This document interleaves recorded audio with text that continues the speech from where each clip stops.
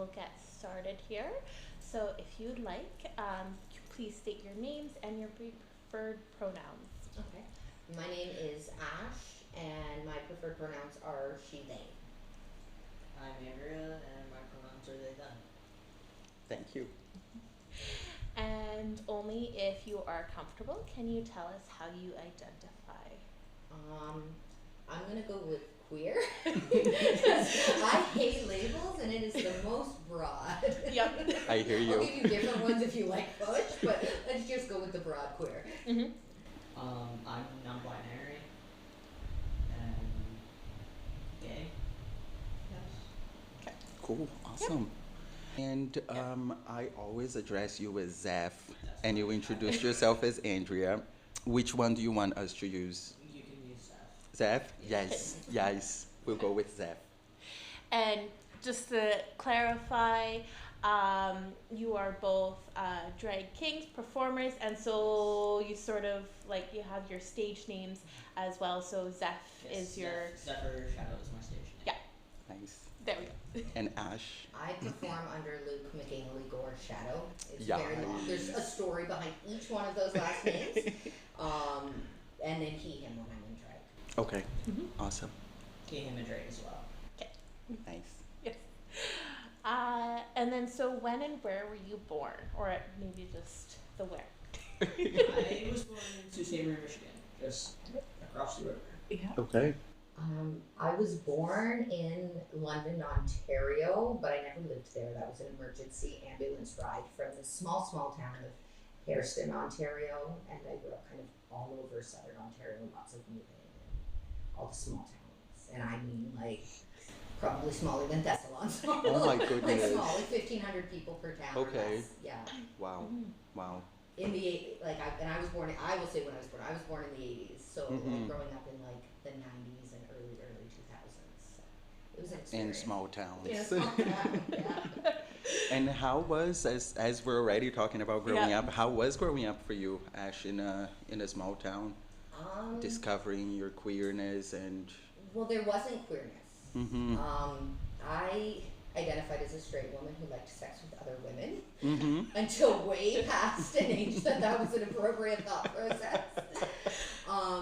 There just was no example, right? So your only examples of queerness were either this idea that gay men were bad Mm-hmm. and gay women were only in some types of movies. Mhm. There was no actual examples of that at all. So I didn't realize that I was queer. I just knew that I was attracted to everybody, Mm-hmm. and everybody. And I didn't fit in. I remember, and it's not specifically related to being queer, but I just, I always was like ahead of the trends. And I remember in grade 7, I like shaved my hair except for my bangs, like Sinead O'Connor type. And I dyed my hair Nice. black, and I did all of this. And I remember some of the other girls at school like making fun of me for that, or the way I dressed and things like that. And then I was lucky enough to spend part of my grade 8 and part of my grade 9 year in Kitchener. So I got like a little bit of a taste of the city.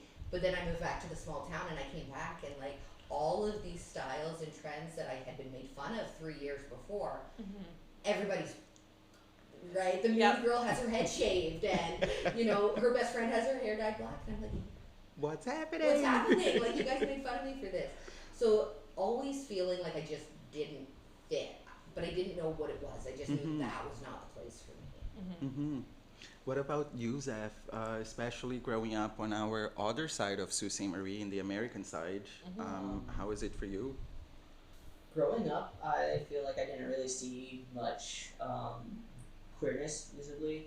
I have an aunt who is a lesbian, and she was about as close as I got.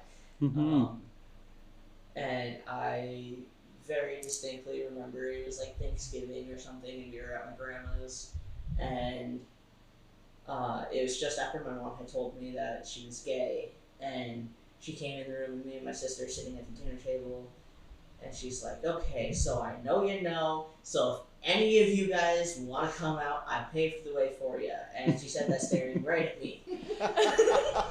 Which I love meant it. nothing to me at the time. I was just like, okay. But growing up my whole life, I've always known that I was different.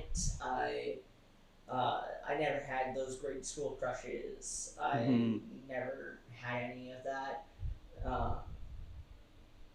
So both for being non-binary and for being gay, I knew I was different. I just never had the words for it. I also didn't really experience attraction until later on in life. So I never really had an answer for people when they'd ask. It's not like, okay, you're weird, you don't have a crush on anybody, like, what's wrong with you? Like, I think of people as my friends. If I like you, I like you. You're a friend, that's it. Like, period. yeah, there wasn't really much to it than that. And I know for being non-binary, like, it wasn't until I was in my late teens to early 20s that I actually knew it and understood it and had a word for it for how I felt. But, like, I knew growing up that I wasn't a boy and I knew I wasn't a girl, but everybody's like, you're a girl, so you have to do this, you have to do that. And I was very, very much against it, even from a young age. Like, my mom would put me in a dress as an infant and I would try to take it off. So, like, there's definitely been clues to it my whole life. And people think we're all going through a phase, eh? It's just a phase. You're being brainwashed No. by the drag story time. No, it's just how we're born. And one thing that I want to normalize too, which is something that you mentioned on your experience and journey, which is the fact that we don't have to have sexual attraction to anybody to be normal. It is normal not to have sexual attraction. Exactly. So I appreciate that you're naming that and you're mentioning that and putting this out there, because there are other people that go through the same, and I feel like we don't talk about it enough. And there's always that pressure from society, like you mentioned, right? Where's your boyfriend? What do you mean you don't have a crush on anybody? And I don't have a crush on anybody. I'm okay this way. And I think even within the queer community, we forget our ace members of the community very frequently, even those of us within the community. Yes. Yeah.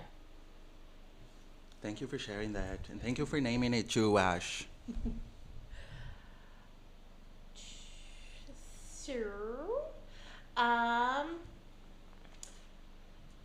Yeah, like when you sort of started coming out, did you sort of feel accepted by your communities? Like, were you still in Sumish, and then like were you still Southern Ontario still? Nope.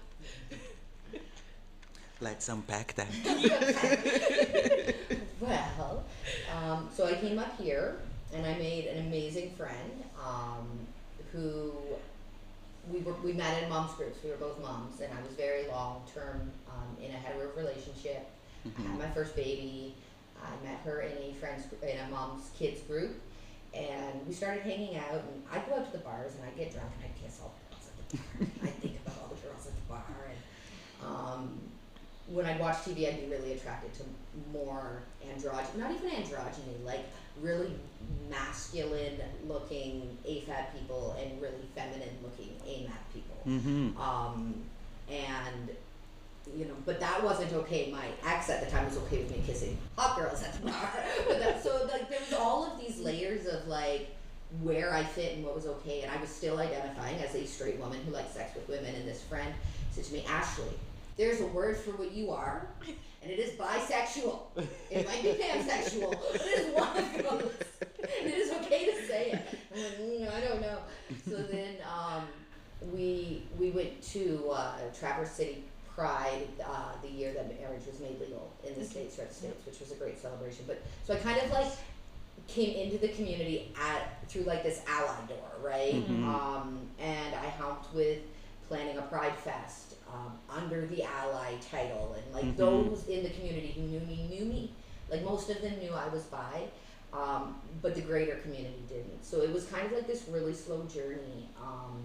And I remember, I think it was during COVID or right shortly before COVID, and I had left. So I'd left this long-term relationship, but a lot of the community didn't know unless you were close to me. And I had been participating in drag while I was still in the relationship and all of this, but I always kind of felt like I was a little bit on the outside because I still had this marriage, and that is not okay, right? There are lots of queer people who are in heterosexual relationships, and they are as valid as anybody else in the community. Big time. But I didn't feel like I was, but I was there, and I had friends that were kind of really movers and shakers in the community at the time, so nobody really had much to say. And then, so fast forward a couple years, and I've mostly come out, and I'm, somebody had posted, I was still performing drag, or I was already performing drag, but a friend, acquaintance at the time, friend now, had posted something on Facebook about wanting to get some queer community up and running, because there had been some stagnation in different areas and some discourse there. And so I messaged and said, I would be interested in this. I'm going to have to remind them about this next time. But their response to me was, well, aren't you straight? I was like, I'm not. I'm like engaged to some, like, there's all of these things. But I felt this really big urge to defend myself. And now they're one of, like, I organize with them all the time. We're great friends. Nice. And, but yeah, so there were like these little moments of like, are you sure? And I think a lot of that came because I came in under that guise of ally at first. And that shift, it took people a little bit of time to catch up to it. So like, I don't feel like I was ever like excluded from the community, but there were definitely moments where I felt like I needed to prove myself because coming out at 35 and having this hetero life behind me impacted the way I felt people viewed me. Yes. And also, I think for folks our age, older folks on their 30s, late 30s, or close to their 40s, we also, I feel it's harder for younger people to understand a little bit of what we went through in our time. Because yes, it was a little bit easier than the folks who came before us, but it was not as easy as it is today. The same way that 10 years from now will be easier than today. We're all hoping for that. That's why we're here doing the work. So I feel like that generation that doesn't understand those like things, those nuances and those bumps that we went through growing up, especially in smaller cities, like growing up in a smaller town. And the friend, this friend is actually closer in age to us. But I think that their question is really indicative of the way that certain cultures, certain minority cultures, they're also an indigenous person. I'm very white. But indicative of the way that people come in that allyship space, and sometimes we feel the need to protect against them because they may, even if they have good intentions, they may take up space that really should be inhabited by a queer person or a black person or an indigenous person or a woman if they're a man, right? Like, or a trans person. Like, so I do understand where that came from. It was more as a protecting our community in a good way than like, I don't want this cis straight white woman to come here and pretend she's one of us and whatnot. And I love that. I really do love that.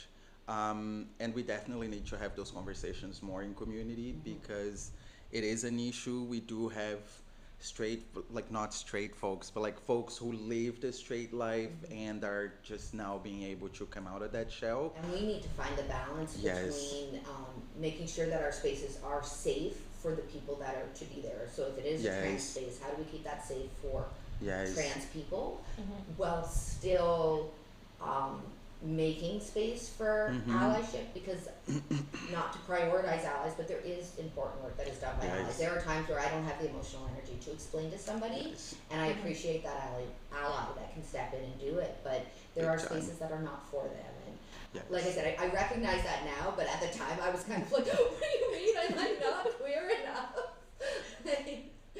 So that Which is balance a is fair, really yeah. important. Yeah, that's why I love that you're mentioning this too, because it's a good opportunity for people to start thinking about it, especially our allies who are joining and want to do the work and want to support us in our community. Yes, we love your support. Yes, we love your help. Yes, we love your energy. But as Ashley just shared with us, there are spaces and positions that need to be occupied by queer folks, or whatever the table is, right? A black woman or an indigenous woman, and there are places and places. My biggest catchphrase this or thought this Pride season, with all of the political stuff that's happening, not just in the States but also in Canada, is if you're coming to our party, you need to show up at the other times too. Yes. And that, I think for me as a queer person, seeing someone show up at the other times, not just at the party, Yes. goes a long way in me being like, okay, you know what, I'm comfortable telling you that this might not be your space right Mhm. now. And I trust that you will respect it because you actually understand that it's Yes. not just a party all the time. Yes, that's I love that. I love that, especially the part that we're not party all the time. Yes. Now, Zeph, we really wanted to hear from you. How is it growing up over there? Were you accepted by your community? For I always kind of felt like an outcast with it. Like, I was never popular. I was bullied a lot. I was bullied for being gay before I even knew I was gay. Mm-hmm. That sort of thing. And doing like the traditionally like boy male dominated things. Like, Mhm. I grew up playing hockey and football and stuff like that. So I was always kind of outcasted. Mm-hmm. I never really had any sort of support group or whatever like that. Any sort of like, oh, I could be like that, was stuff I found in the media. Like, Mhm. I remember being really drawn to this movie that I watched as a kid, and I can never remember anything about it except for the name of one character. I finally found it. It's one of my favorite queer movies. But like little things like that one character just stuck with me my whole life, and I thought to Mhm. Google it to find it like way before I did. But like, I had to turn to online resources to kind of see for myself that I'm not just this weirdo, I Mhm. guess. I grew up going to church every Sunday and occasionally Wednesdays and stuff like that. So I grew up hearing that whatever I'm feeling or thinking is wrong. And that was something that I really struggled with a lot growing up. And it was something that I never understood. Like, okay, so this person likes their own gender or whatever. What does it have to do with me? It doesn't affect me, so why do we care so much that this person is different?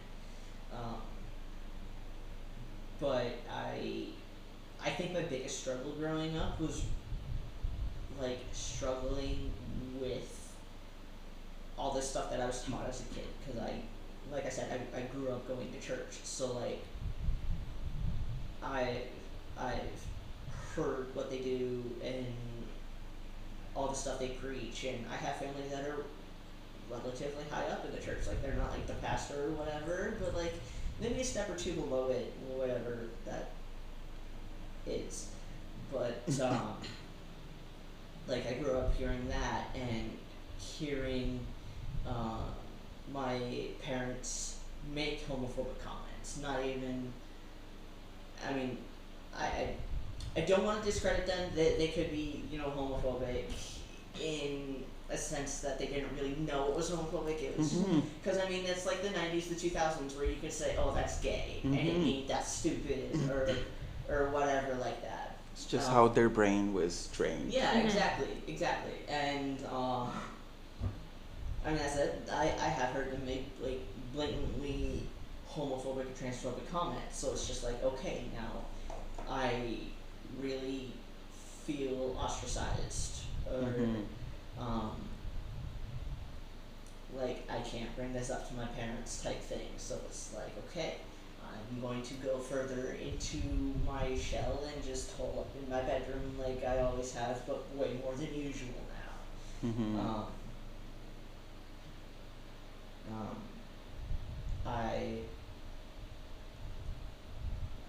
I remember my dad getting a call from the school because a friend of mine suggested going to a counselor at the school because I was being bullied so much.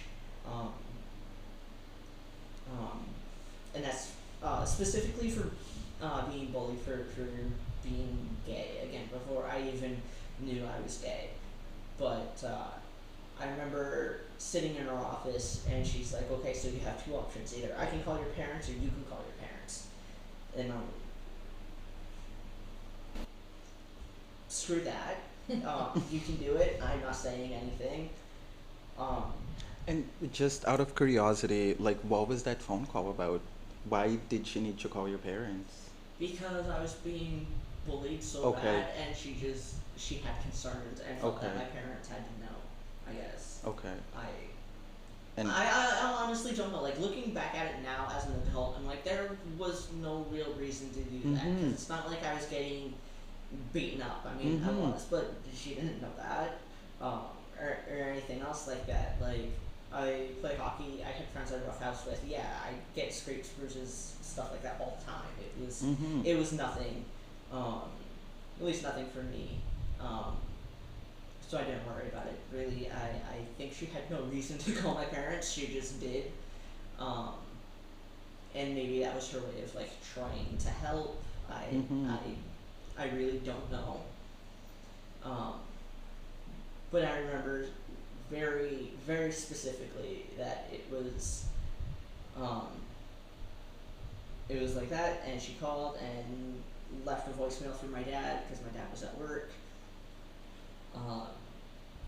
And basically, like, just very flat out laid it on the floor, like, okay, your kid is in my office, your kid is being bullied for possibly being gay. I don't know if you want to talk about it or whatever with them, but this is the thing that's happening and I felt you should know. And my dad is very...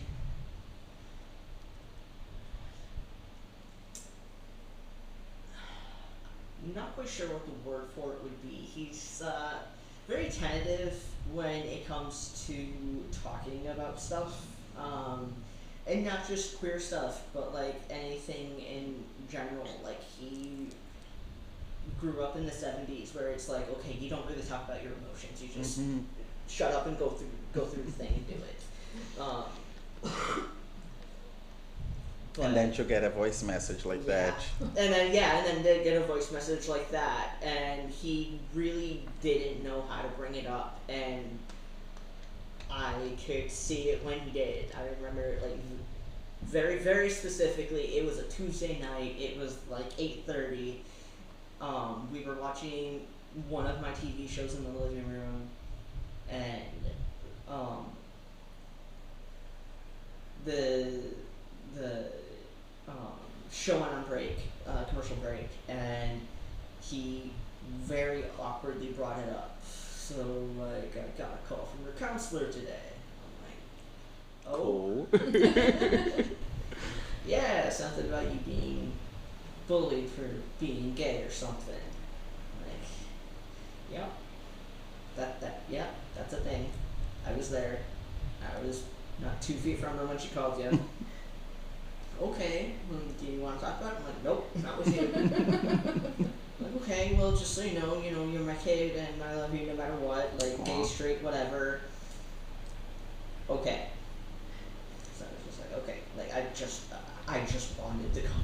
Just stop talking about it. Just stop talking about it. I just want to watch my show. Um, and then the show came back on, and there's a character in the show who had recently came out as a lesbian Mm-hmm. and was on a date with another girl, and Okay, that's adorable. I remember, um, like in the show they kissed. They had like their first kiss or whatever.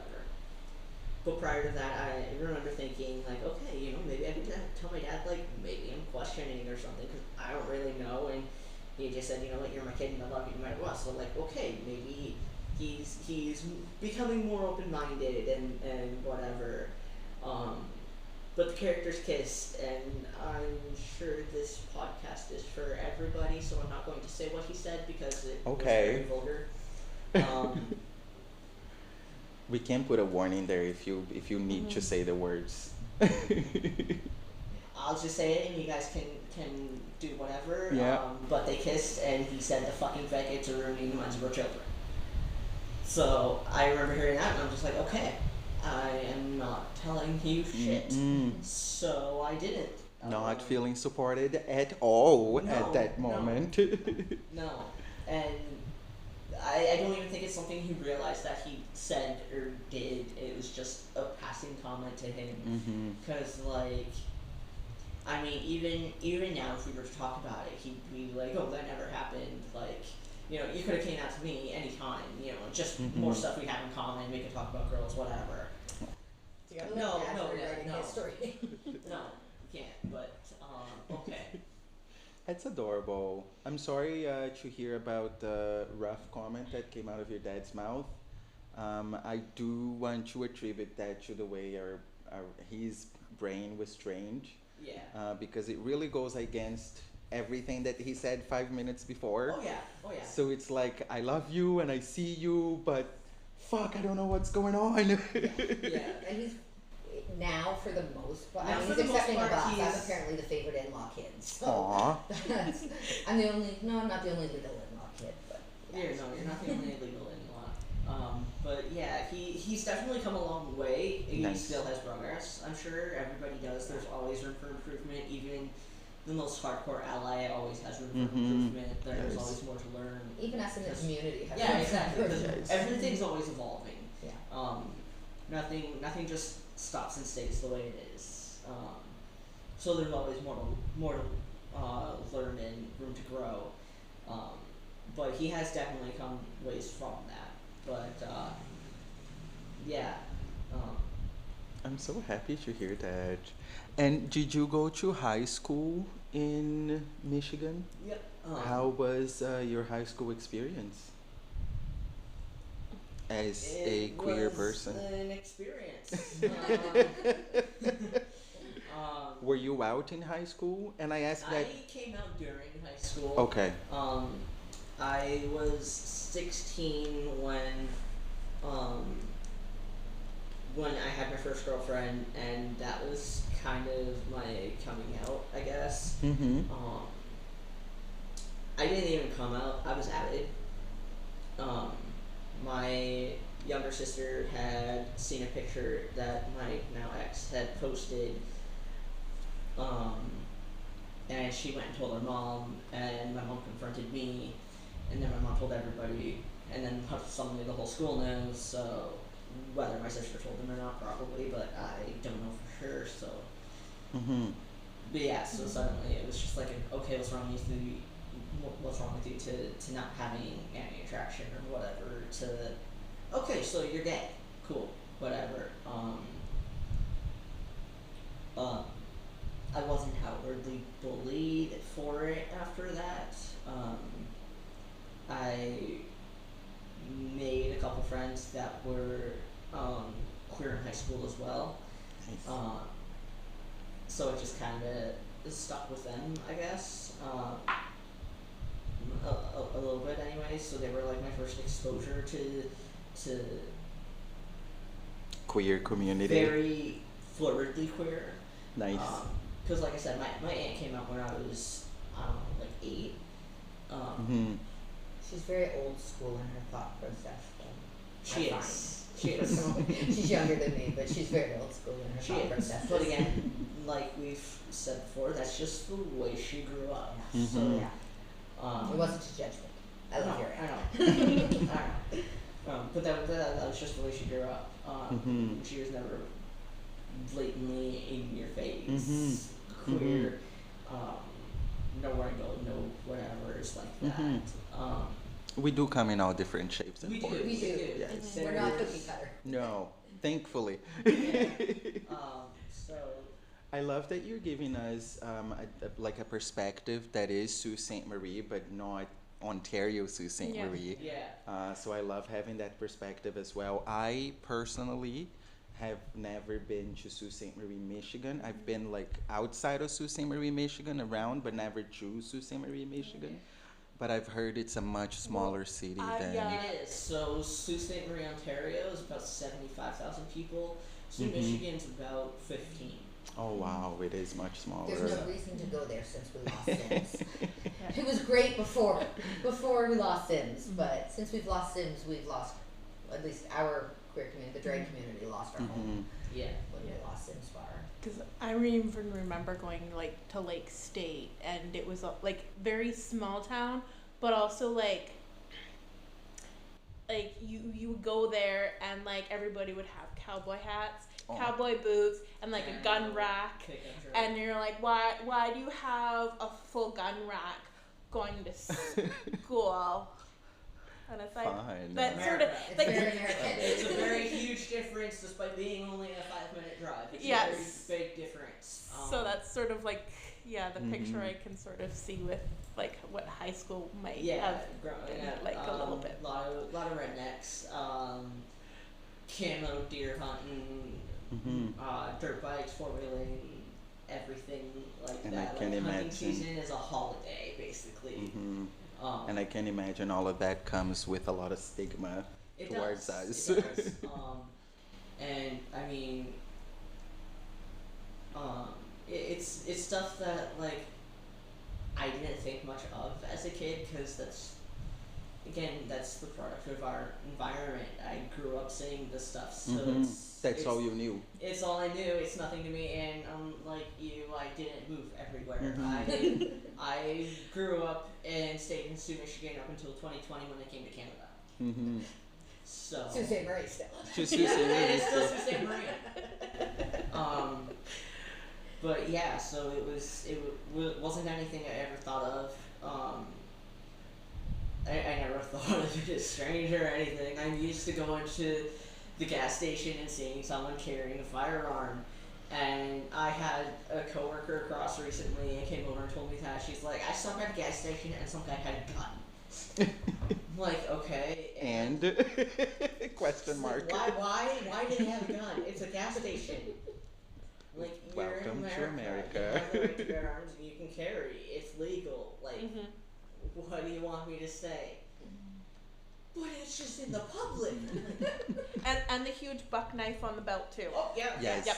We can carry weapons in public. We just can't carry our queer wife's hand. Yeah, I mean, that's basically kind of how it was. That's how it felt. Like, I mean, hell, I grew up carrying knives on me. Like, it's just what you did. Even like the preppy girls at school, like I'm sure they didn't carry like butt knives or whatever, but like they had their own thing. I know some that had pocket knives, you know, just because most of their dads were very redneck and went hunting and everything, because that's just what you did there. Or at the very least had like pepper spray or bear mace or something. Yeah. So there's always like some sort of like weapon on hand, and that's just that was normal for me. I do want to ask a question, but before I ask to record, I want to ask you if you're okay to ask that question. You just mentioned moving to the Sault in 2020. Yeah.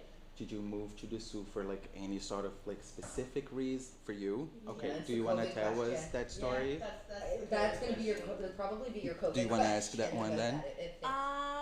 Sure. Yeah, Yeah. we can go into that one. Yeah. Love it. Yeah, so I Oh, do you want to officially ask it? Yes. Okay. Yeah. So, how did you end up moving from Sumish to Sault, Ontario?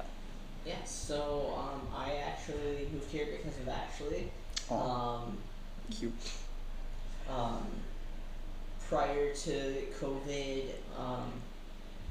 we met through drag. We met at Sims Bar that recently closed during COVID. But that was where we did our drag shows, because in Sioux, Michigan, Sims was like unofficially the gay bar. But they held drag shows, and my friend got me into it. Eventually, Ashley came in and joined, and that was how we met. And everything happened. We formed a relationship.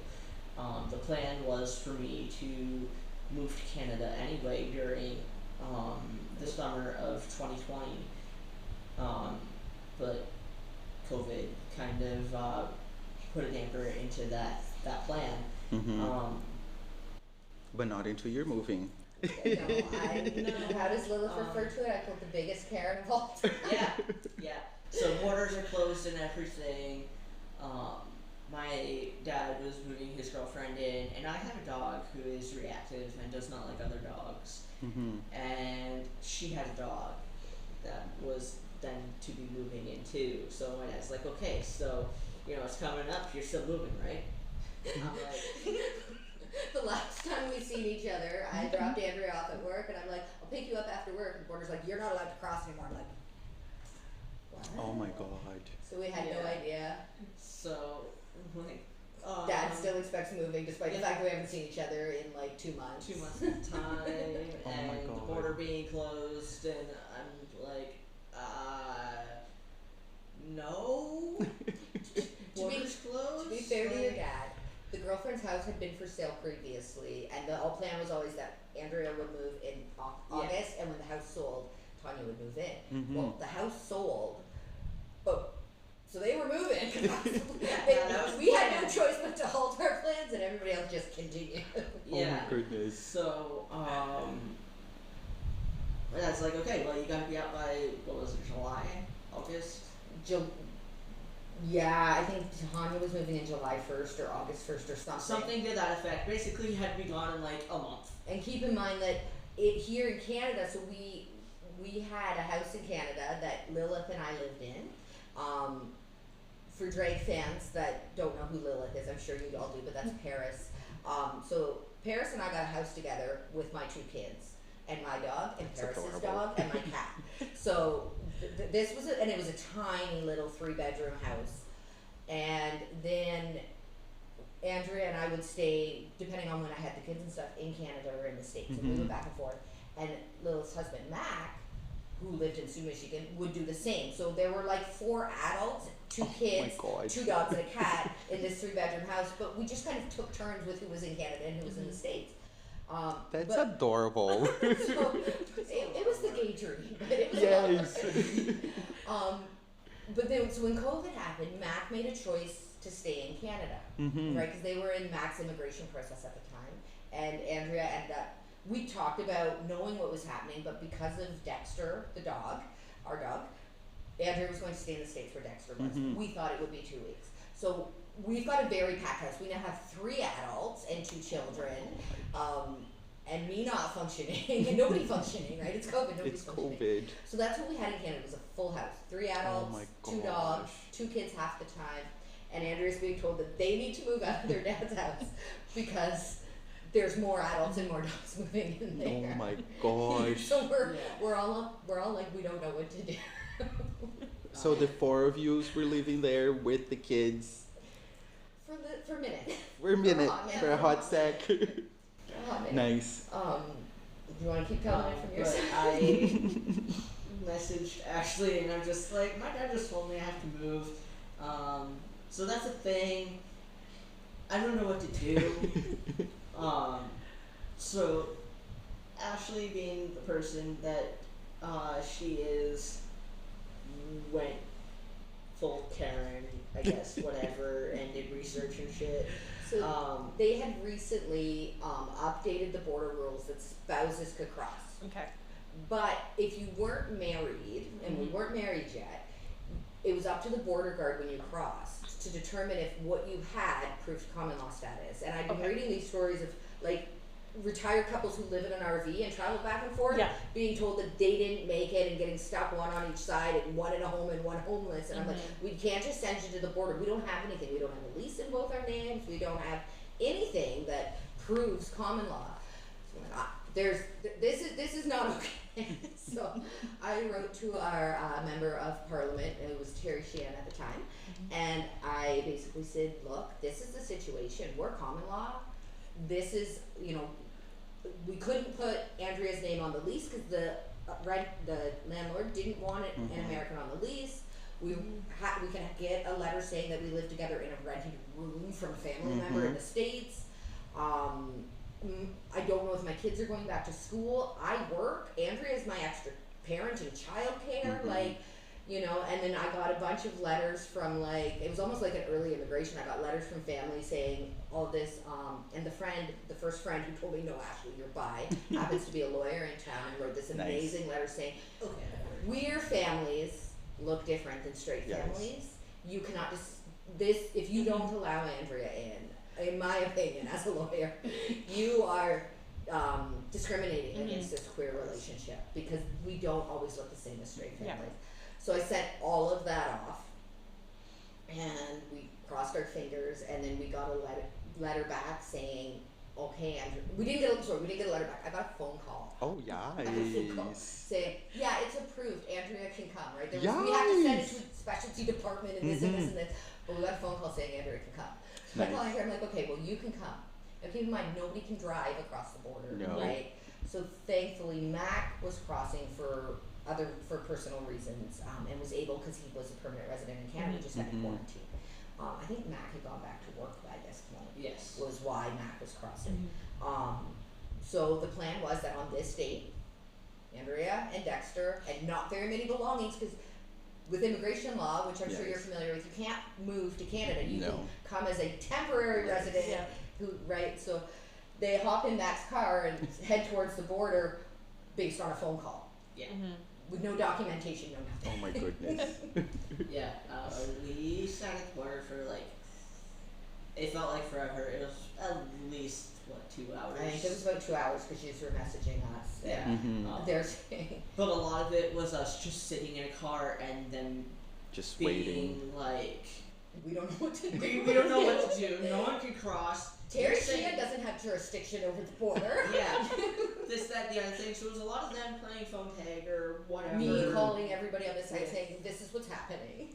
And the border guards playing phone tag with whoever they need to talk to to verify doing that their this jobs. was something that was said and that we could do it.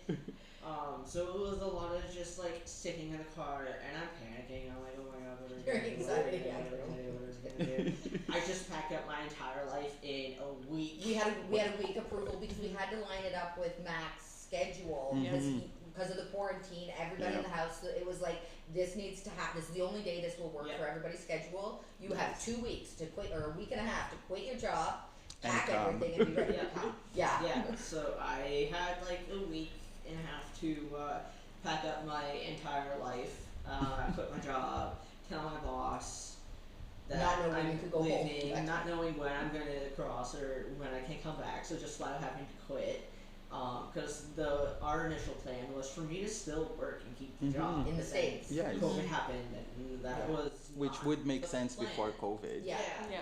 Well, and then figuring out while we're doing all of this, can we afford to live without you working? I mean, I kind of financed most of the house with Lilith, but Lilith and Mac were now making plans to move out, so they're apartment hunting during COVID because we have already overcrowded house and a reactive dog and 2 other dogs in the house, and it was a shit show. So you did get over. I did get over. We quarantined.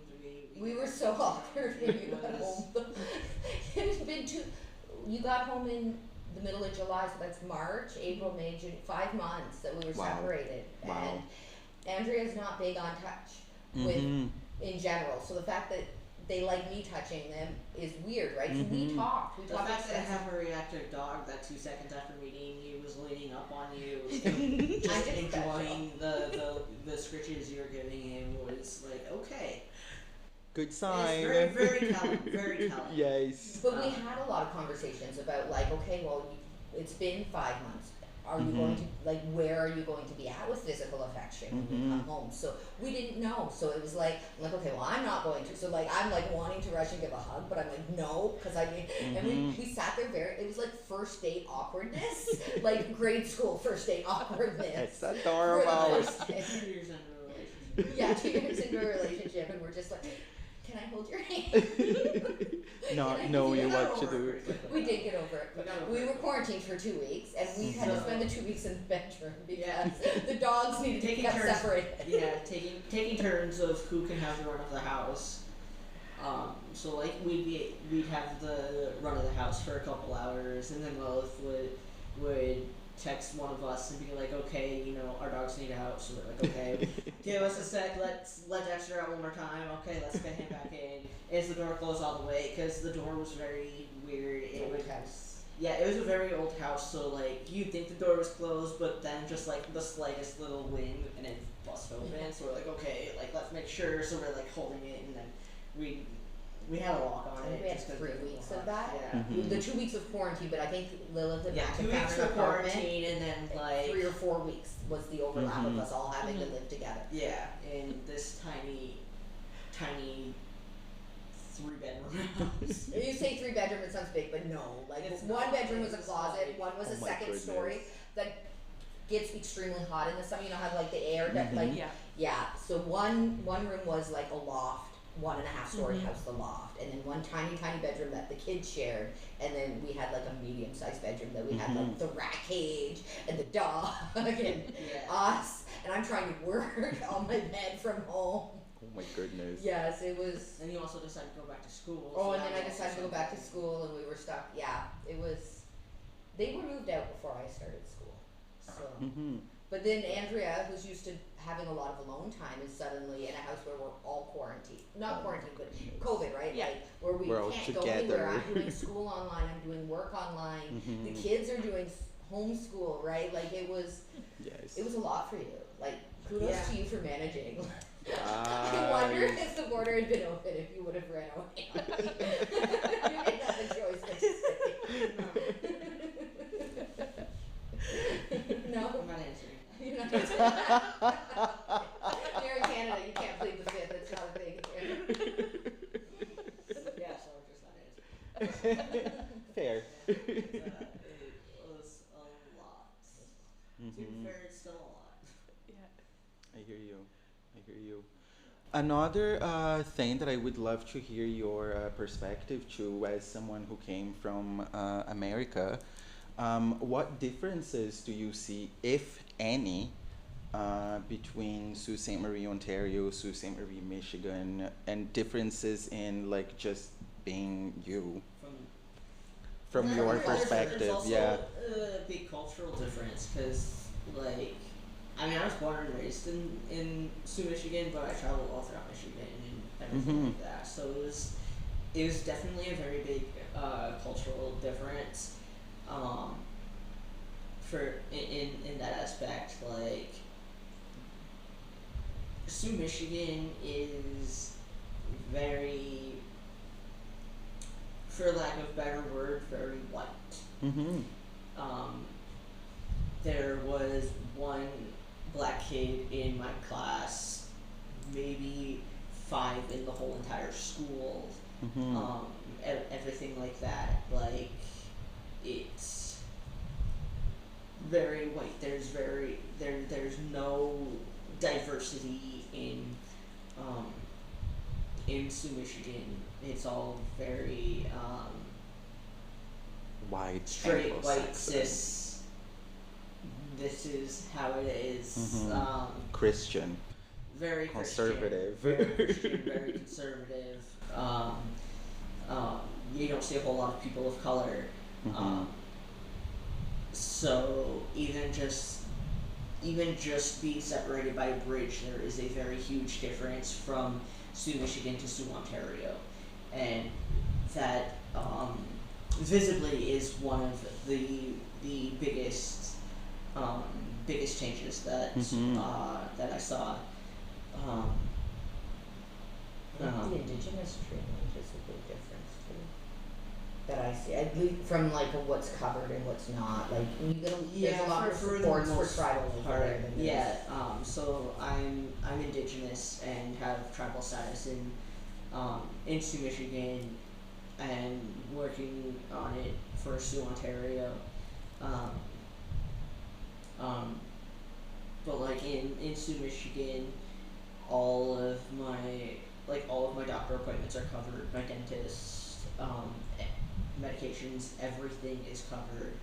I guess that's not something that's done here. A lot of it, my understanding is a lot of it is covered here. Yes. The difference is that you have a dedicated help. Like you can, it's more from my understanding, what I've seen, for you accessing the healthcare, it's a lot easier with your tribal healthcare center than it is for Indigenous people in Canada to access the services, which might just be a doctor shortage issue, but I know that here we don't have dedicated clinics for our community, like our like Indigenous communities I here. know there is a clinic on Batchewana, but it's not a dedicated anybody. No, it's just like it just that's happens the to be clinic that's there. Yeah. Whereas like you do definitely see like this is the Chippewa Health Tribal Clinic. Yeah. Like you hear like This the is news ads Yeah. for it all the time on the radio. So that is a little bit more of like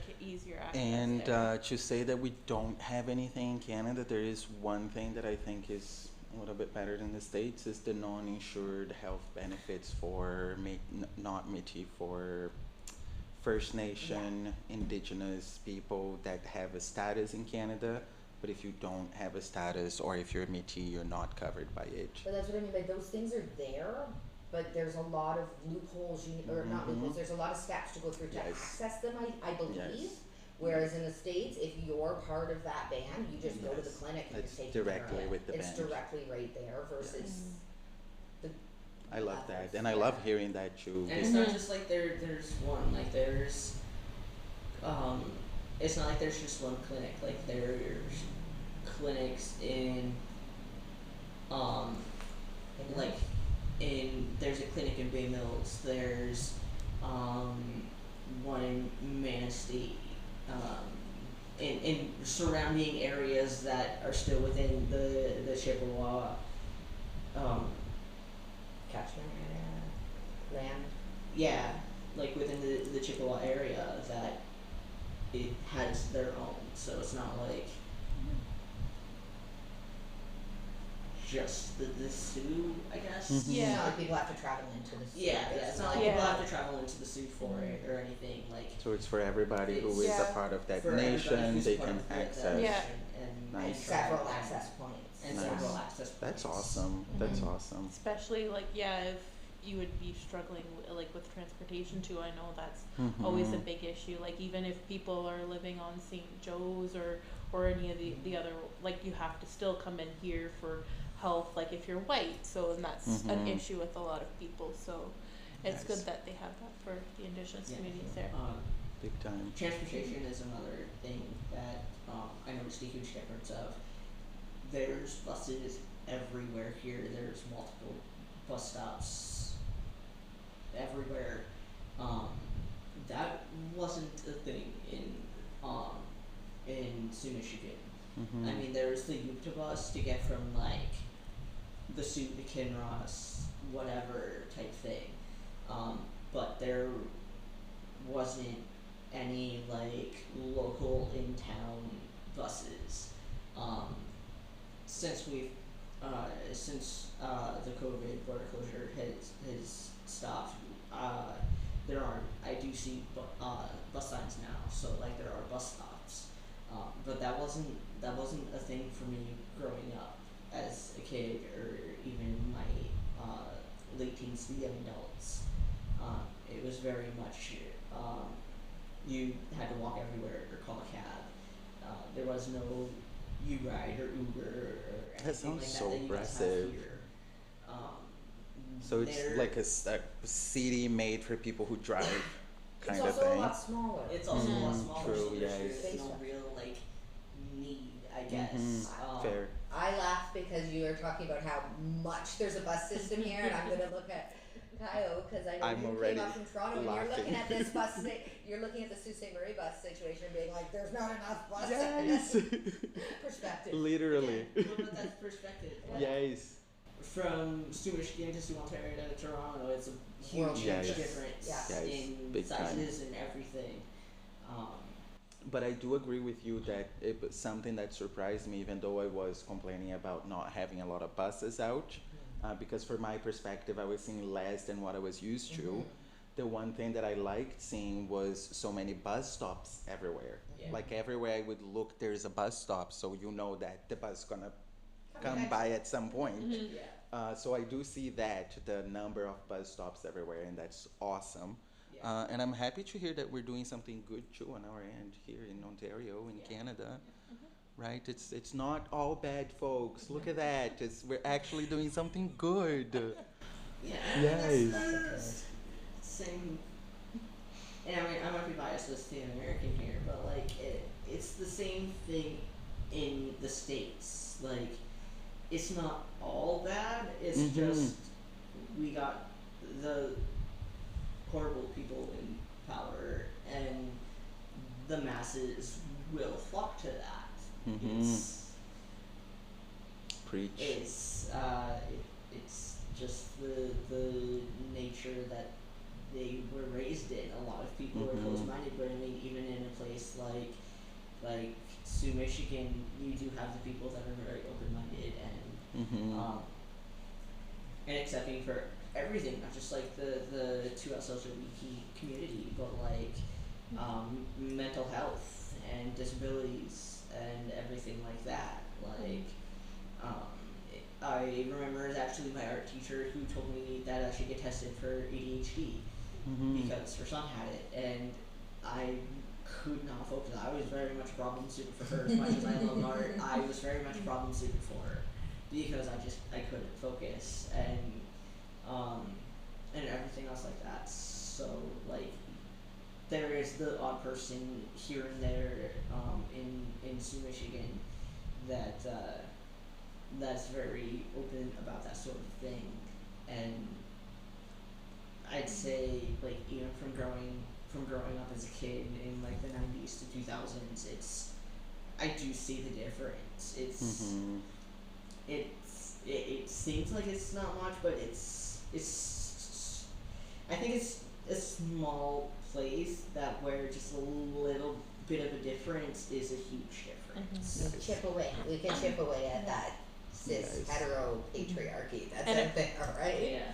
And it probably helps with like state being there too with the university, because universities usually bring in like Mhm. more They do bring open-minded in a more bit. Yes. open-minded people, Yeah. and I did a program at LSU, like a summer program, and I do recall seeing like the odd rainbow flag or whatever, but Like when you were in high school, you did the program.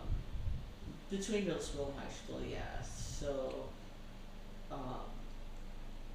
little things like that,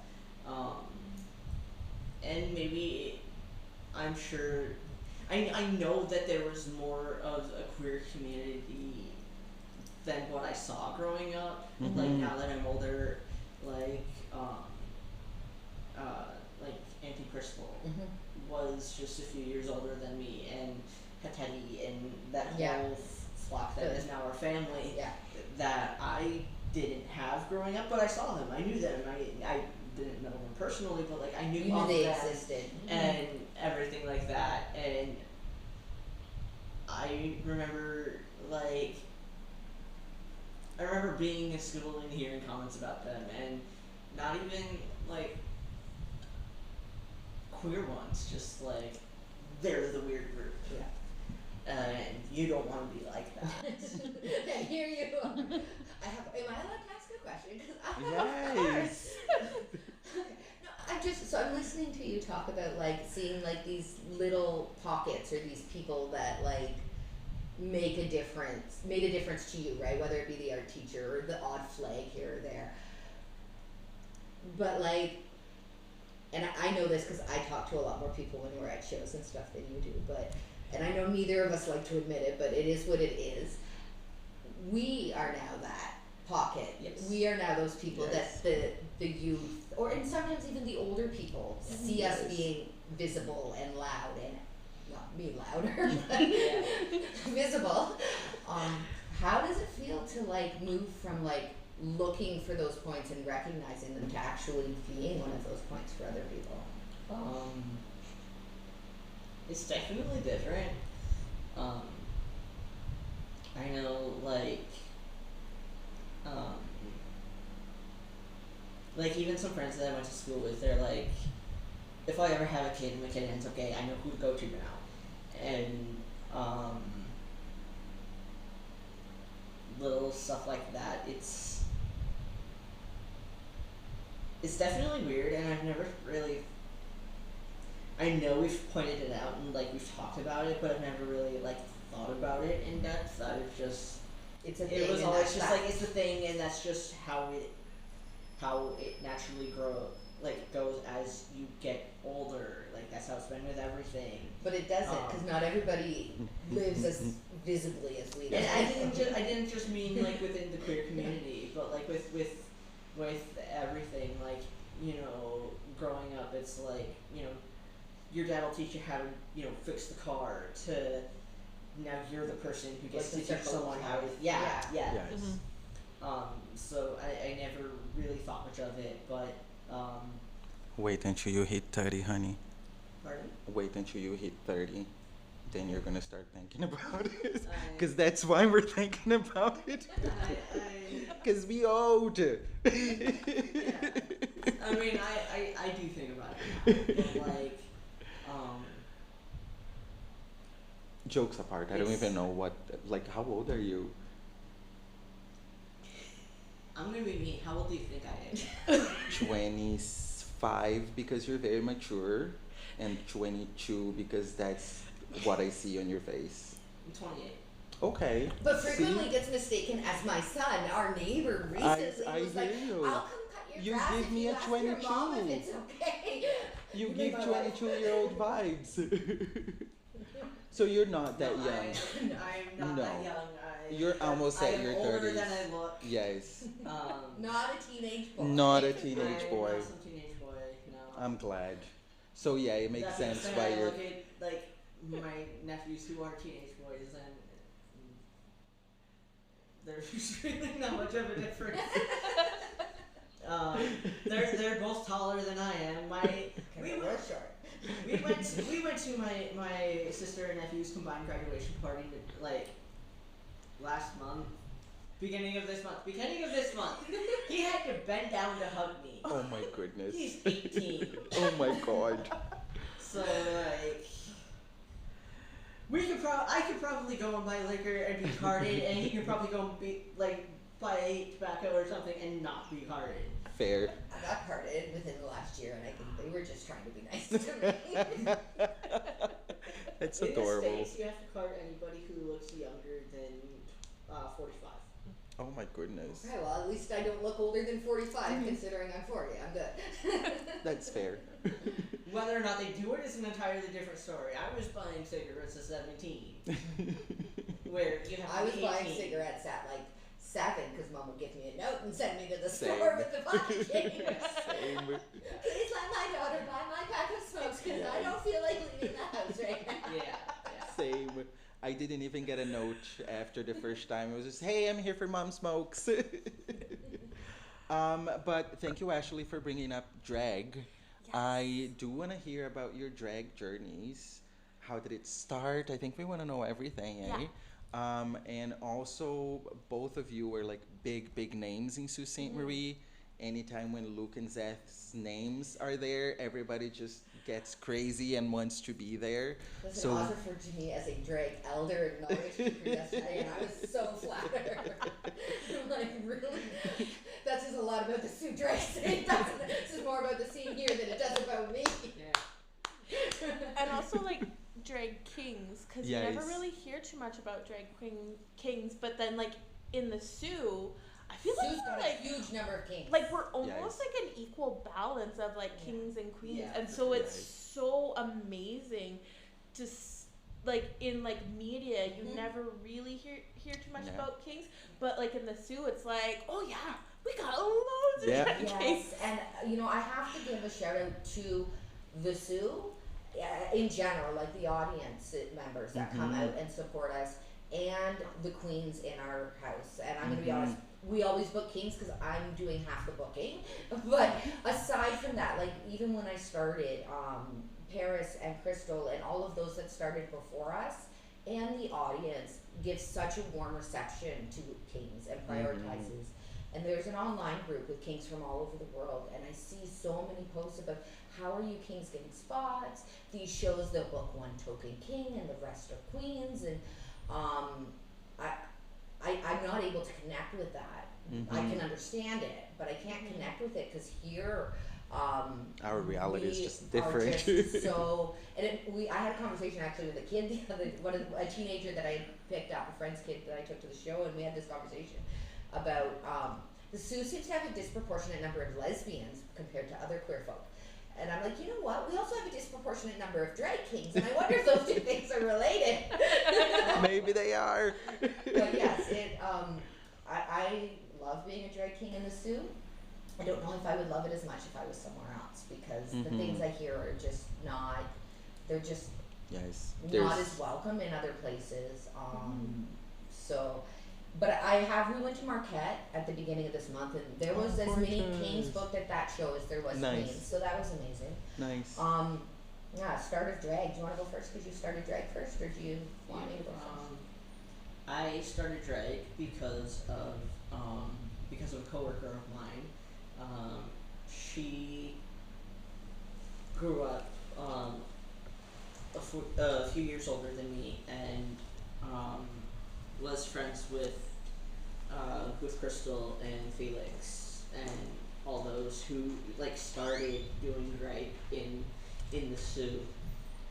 So she grew up going to school with them and everything, and wanted to try it out for herself. And when she first met me at work, because we met through work, when she first met me, she actually thought that I was a trans man just early on in my transition. So finding out that I wasn't, she was just kind of like, oh, okay. Well, here's this thing I think you'd like. And it was drag. Now, prior to drag, I never touched makeup at all. The last time makeup was put on me, I was literally tied to a chair. So she kind of took me under her wing and taught me everything I needed to know about makeup and everything to try to get me stage ready, and like told me all about drag and everything like that, because I didn't really know what it was other than like RuPaul, which I think is something a lot of people have if they're not familiar with drag. They're immediately going to think RuPaul's Drag Race because that's the most mainstream thing. And it's like I'm not doing that. Like RuPaul Drag Race is just not for me. Like if it's for you, okay, for whatever, but it's not for me. And I'm talking to her and I'm just like, what are you talking about? Like that is, what about me says that that's but she was like, no, it's not like that. You can just go have fun. Like it lets you experiment with gender and whatever else, and let me go to a show. And weirdly enough, my first show was a Christmas show. And I just say it's weird because I hate Christmas. Say what you want, I don't care. I hate Christmas, but after that I was like, okay, like I could probably do that. So yeah, we work together frequently. So we talked about it a lot. She loves talking about future drag numbers and different makeup styles and everything. Um, so she just kind of helped me get into it a little bit. She taught me how to do makeup, different looks, song choice and style, everything like that, and really showed me that there's a really big variety to it. It's not just this one type that you see on TV. And that was basically how I got into it, and I just kind of like brushed her off as like, okay, I'll do it to shut you up, and that'll be it. I'll do it one time, and Now look at you. that's what, you know, I did it one time, and I really liked it, surprisingly, but it's definitely not something I ever saw myself doing. Had you asked me this same question, 5-6 years ago, I remember telling 6 or friends 7 years, 6 years. whatever, 6 or 7 years ago. Ask me 10 years ago, and I would tell you you're crazy. But like, I remember telling friends and family that I was going to try drag, and they're just like, really? You're going to get on stage, you're going to do makeup, because it is very much not me. But yeah, so I did it, And for those who have never watched Zeph's performance, I've had the privilege of watching a couple, and it's always something very powerful. It's always a very strong message, and it's always something very emotional too. I remember. Yes. I basically started off as a male stripper. So the funny thing is before COVID, Zeph was always like tearing the shirt topless, male stripper. Literally ripping my shirt off. And I was doing all of the emotions. I would buy. We switched over COVID. Now I'm always naked. Yeah, I would buy like just cheap shirts from Walmart, like a 10-pack of white shirts, and like rip them off and do this and that. But I was also in like before COVID, Before the wife fed you all the fattening foods. That too. But like even before that, even before COVID, like I was always in shape. I was always working out. I was playing hockey. I worked at Big Lots, and for those who aren't familiar with Big Lots, it's kind of like a bargain store. Okay. Where like we'll get like name brand stuff and then just like smack a different label on it and sell it for a cheaper price. And a lot of furniture. But we also sold furniture, and Okay. I worked in furniture department a lot, so I did that, and I was unloading trucks. So unloading trucks, I'm unloading furniture, I'm unloading heavy things of laundry detergent, bags of rice, everything.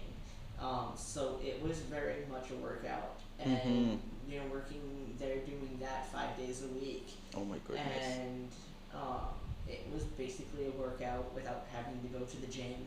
So you was fit. I was not as fit as I was at one point, because I had hurt my wrist and has never been the same since. But yeah, like I was constantly going and doing stuff, and I walked to work. And if I didn't walk to work, I rode a bike, or like if I had like a stupid early shift, because our trucks would sometimes come at 5 in the morning or 6 in the morning, so I'd have to be up at like 5. I cab it or whatever, but I walk and rode my bike a lot. Nice. And I don't know what it is in kilometers, but that's a 5-mile walk there and back. I don't know what miles is. It's like speaking a different language. We all benefited by lots of topless. Okay. That's all that matters. But yeah, so like I just started off doing that because my thing was like, even if I suck, I can rip my shirt off and people will be distracted by that because everybody loves someone stripping. Yes. Everybody loves a Yes. strip show no Yes. matter how bad it is. And yes. Even if it's It wasn't bad. even if it's bad, it's still kind of good. So I It's was just still like, a okay. strip. So I just went and I just would do that if I felt nervous or would work it into a number. So yeah, through when I first started drag, I very much was not doing these powerful songs and whatever. I was doing not stupid songs because they're really good songs, but like I was doing It like got my attention. I was doing like striptease songs and stuff like that. And since COVID, like we mentioned earlier, I was home a lot. I didn't leave the house for like 2 years, which says a lot for me because I'm very much a homebody. I will stay at home and being with my dog versus going to a party or going to the bar or whatever. And that was like another thing that threw my family off. Like threw my family off when I started drag was it's not like you can just do it from home. You have to go out and go to a bar and be around people and have people stare at you while you perform.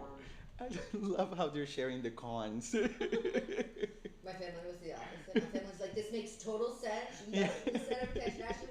But isn't it a queer art form? Surprise! And mine was very much the opposite. It was very much like, really? You? People, outings, bars, loud, center of attention, Loud music. everything like that. And it works. I don't know. But that's part of the thing that I really like about drag is that I love doing drag. I wouldn't trade it for the world. It's not who I am the day to day. Mm-hmm. It is very much personas. Yeah. Who you see on stage is not who that person is necessarily. Mm-hmm. Some people, yeah. I'm the opposite. Luke lets me be more truly myself. Yeah, and for without some people stressing. that's the case. I still find ways to keep like me there, but Of course. like Yes. I'm not who you see on stage. Zephyr's I'm a not this character. confident, Mhm. cocky Mhm. guy. I am very much a homebody. Don't look at me. Don't talk to me. Don't touch me. I don't exist. type of deal. But yeah, I got into it and it stuck, and I really like it. Through the years, it's definitely helped me come to terms with who I am for being non-binary, and Mm-hmm. it was actually how I found out that I was non-binary. Mm-hmm. A friend was helping me put on something for a number and made some sort of comment about being like a non-binary bandana because that was something that I needed help tying was the bandana and fixing and whatever, and I think that was for Crystal Con. Anyway, but made some sort of comment like that, and he said that, and it just clicked for me because like I tried all these different labels out for everything with myself because like I said before, I didn't feel like I really had much of a community or person to go to even talk about these things.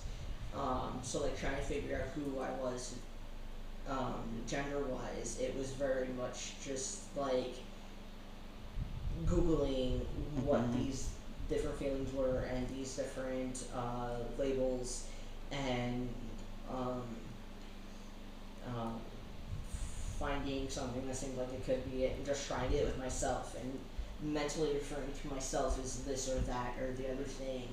Mm-hmm. So having somebody else like actually say it, and probably he didn't even think much of it and probably thought that this was just how I identified or whatever. But like just said it, just having someone else say it just clicked, and it was like everything kind of like Made sense. and like kind of like fell into place and like clicked. Nice. That's beautiful. I love hearing those stories. It just gives me hope that not everything is lost. We're still Not everything is able lost. to. There's always something there, and like trust me, even and this is gonna be more for the states, but like even within the states, banning these different books, banning the flag and whatever else is going on. Like even with banning these things, because those things were never banned to me, but I never had the word or the access to them. That kid is still going to end up being queer. That kid is still going to be trans. Yeah. But that kid is going to be that much harder on themselves because they don't have that access or those resources. Yeah. Because of that, and it will make all the difference. Because I can tell you right now that if I had even a fraction of the people and the support and the resources that I have now, my life would be a lot different. My developmental years growing up would be a lot different.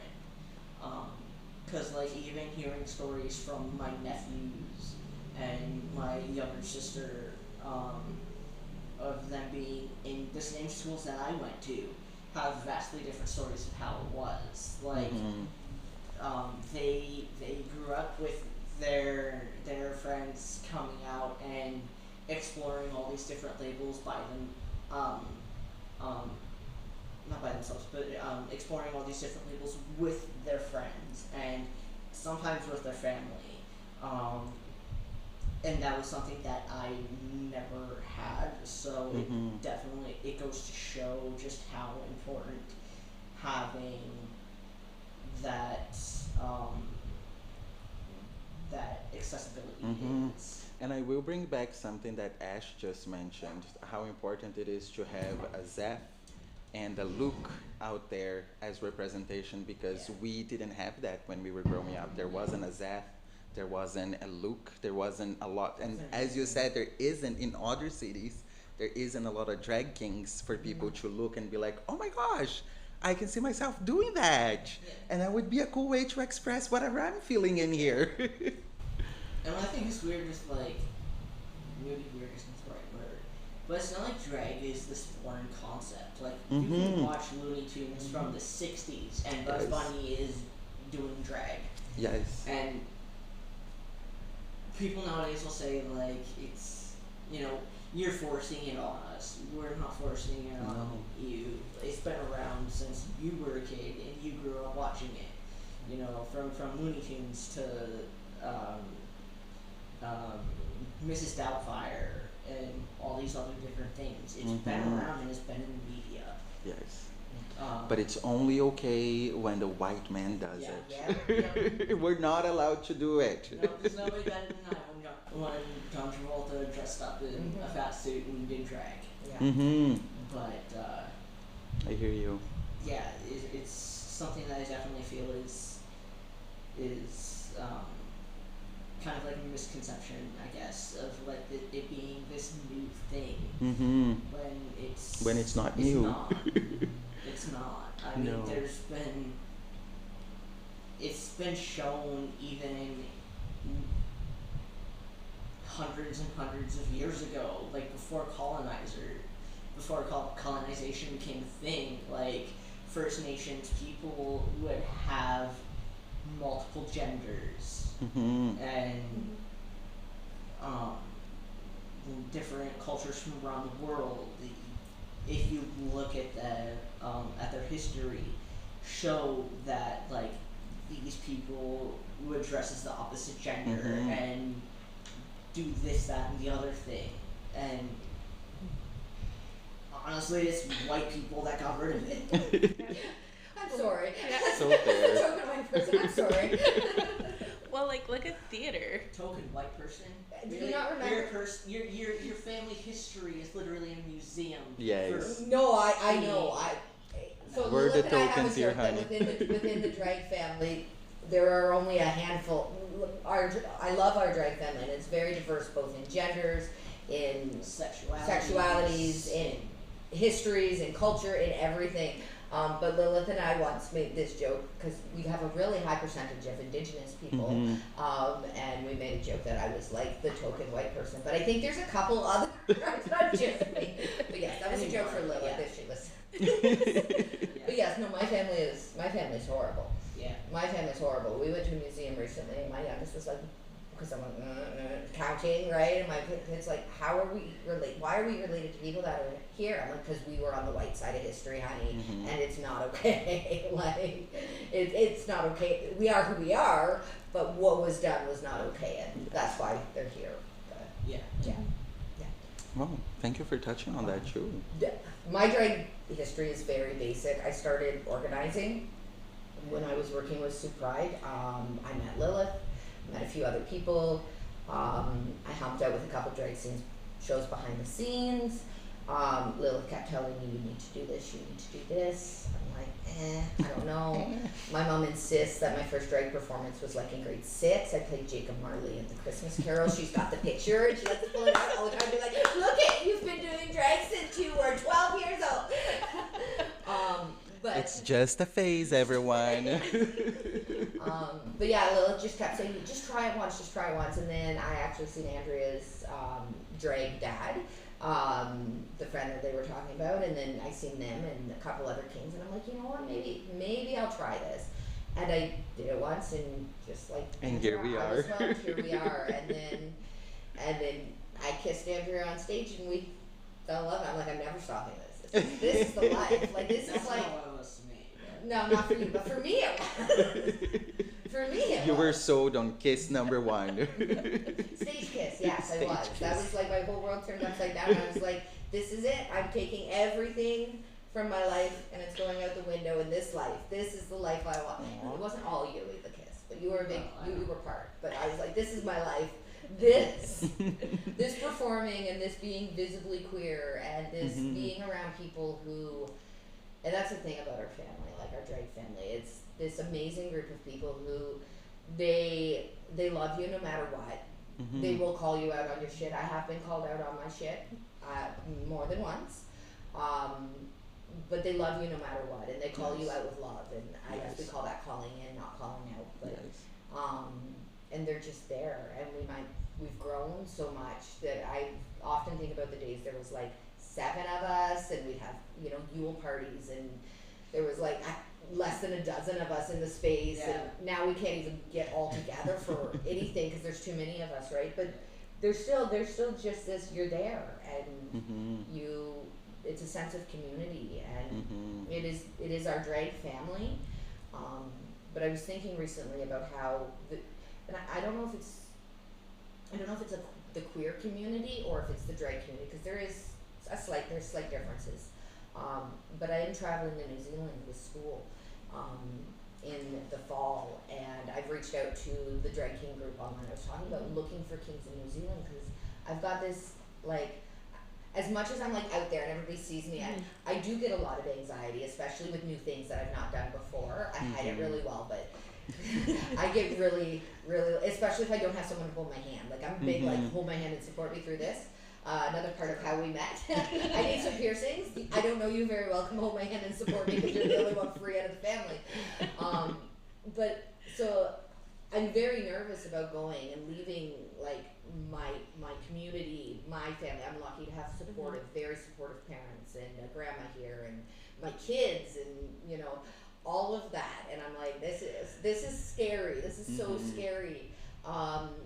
And we've got the schedule of what we're doing, and I'm looking at it, and I'm like, you know what will make me feel like I've got a moment of home and a moment of connection is if I can, whether I go to a show or not, if I can have coffee, if I can have 2 minutes where I'm just sitting and talking to another drag king, I'm going to feel that instant, this is someone who gets me, and I can breathe, and I can let my guard down for 5 minutes, and that instant relief, and that ability that I can be 16 hours time difference, 30 some hour flight, the other side of the world, but simply like being able to chat with another drag king in person is going to make me feel like I'm okay for a minute, and take away that anxiety. It floors me, and we're going to go back to my whiteness for a minute. And So a big part of it, I'm in school for social work, and there's all this like reflect on your culture, reflect on your culture, your heritage and your this, and I'm like, I'm gonna be honest with you. I'm a mutt. Like I'm Irish, English, French, German, Scott. Like they're so far removed from me. I'm like, so what? You know, that question of what is white culture. So when I hear people talk about that feeling of community and that feeling of culture, it's not something I've ever experienced before. I've not been able to go to, you know, a festival or a gathering that is culture based and be like, I feel like I'm at home here, and I feel like I have connection with these people because of a shared history. And I've always wondered what that feels like, and it's just not something I've been able to have because my ancestors fucking sucked, right? Like it's, and it's not like I can build it because I'm so far removed from, like people say, you know, well, trace where you're from, like, but there's like 6 different countries that feed in, and I don't feel a connection, right? But I do with the drag community. I do with the drag kings. I can't guarantee it would be the same if it was drag queens because I don't know, right? There's a lot of variation, but with drag kings, there is that shared history. There is that shared, and to an extent, it does extend to the Caribbean. It's just a smaller pocket of it, right? Yes. But it's just, I think that's my favorite thing is the way that culture forms and that ability to feel connection, regardless of any other history. We all know what it's like to be told you're queer and I don't like it, or what that may be. So.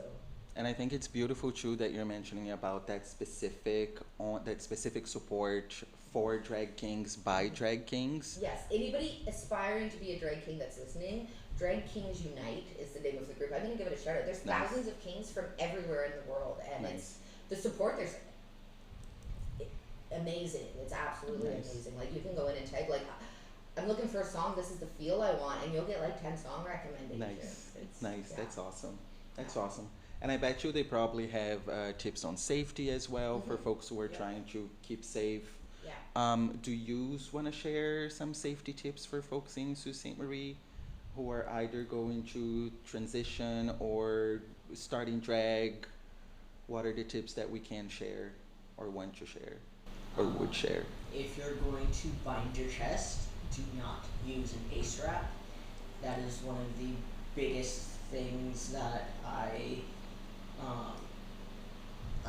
would ever push or say. Use tape, use a binder. Make sure if you use a binder that it's the right size, that it's not too tight. I totally 100% get wanting that flat chest look, but you also need to be safe about it at the same time. If you're taping, make sure it's tape that's trans tape or KT tape or body safe tape. Body safe tape, not duct tape or something like that. So something that's not going to damage your body with like the traction and whatnot. Honestly, something that's going to I be came back from a KT show tape last still week bites. from KT tape, and I had sores. I had sores, so but not as bad as I would have with duct. And I made when that happened, I had 3 shows coming up in the Sioux that I had planned on going open chest. I wanted to tape. I didn't. My skin needed to heal. I put on a binder. I'm glad you made that choice. A break from the binder so you can don't sleep in it. Make sure you listen to your body. You're not supposed to wear binders for more than 8 hours. Every I would recommend like every hour or so, just stop and take a deep breath and stretch. Let your body kind of do its thing and adjust to binder. Make sure you're still feeling okay, because nothing is more important than your safety. Well, I mean in general, but while you're binding as well, like it's not going to do you any good if you fracture your rib cage because you bound too hard or wore it too long or anything like that. It will just damage your body. It will hurt your self-esteem and everything else on top of that. Yes. Beauty is not pain. That would be the biggest one for personal. I'm not always the best for listening to this advice, but if you're performing or you're very visibly queer, so if you're coming from an event and you got a protest or a pride fest or whatever, you got flags on, you've got all those things on, try and be with someone else. Yes. Try not to be alone. Yes. It's a very good tip. Buddy system, I'm an idiot. I didn't realize it till the moment I was leaving an event last summer, I think, in full drag. I had gone to the event by myself. It was literally 2 blocks from my house.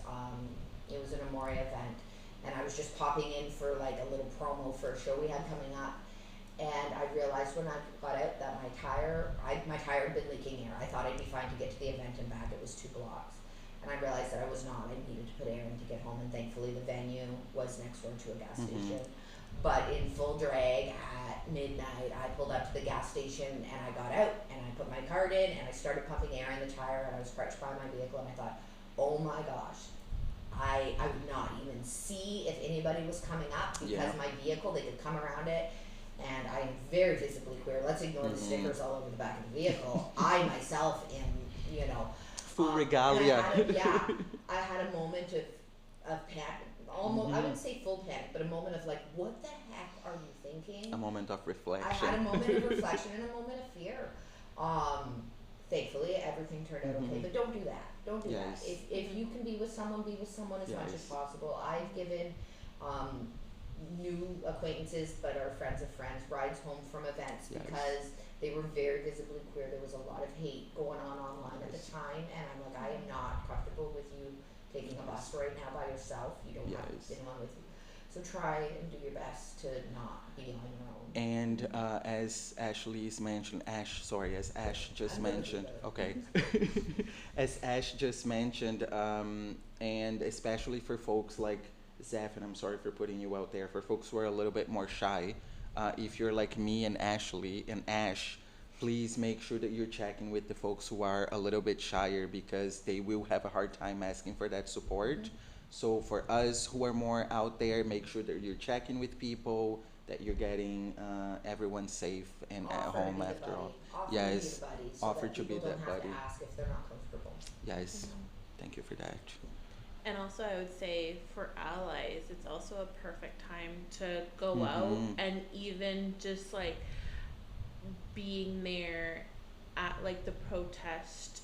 You don't have to have signs or anything, but just being a body there, being that extra person to outweigh the other side is always sort of like is a big thing that you can do as an ally.